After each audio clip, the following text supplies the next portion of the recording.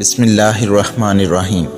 السلام علیکم۔ امام علی علیہ السلام منبر رسول اللہ کے بندوں کو درس اخلاق دے ہی رہے تھے، اتنے میں آپ فرمانے لگے کہ رمضان اللہ کی طرف سے انسانوں کے لیے رحمت، برکت اور بغیر کسی رکاوٹ کے دعا پوری ہونے کا اعلان ہے۔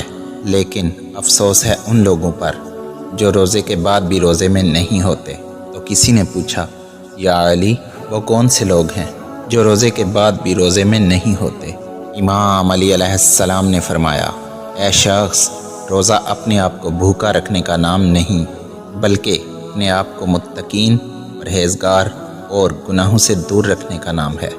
یاد رکھنا، جو انسان روزہ رکھنے کے بعد بھی گناہ کرے، کھانے پینے سے تو دور رہے، لیکن آنکھوں سے، زبان سے، کانوں سے، ہاتھوں سے گناہ کرتا رہے، تو ایسا انسان روزے کے بعد بھی روزے میں نہیں ہوتا، اور یوں نہ اسے کسی روزے کا ثواب ملتا ہے، نہ رمضان کے مہینے میں وہ رمضان سے فائدہ اٹھا پاتا ہے، کیونکہ رمضان اللہ نے انسانوں کو اس لیے عطا کیا تاکہ انسان 30 دن اپنی فطرت سے جنگ کریں، اللہ کے لیے اپنی بری عادتوں سے دور رہیں، تاکہ ان 30 دنوں کا اثر آنے والا پورا سال اس کی فطرت پہ حاوی ہوتا رہے، اور یوں وہ اللہ کا نیک بندہ ہو کر اللہ کی رحمت تک پہنچ جائے۔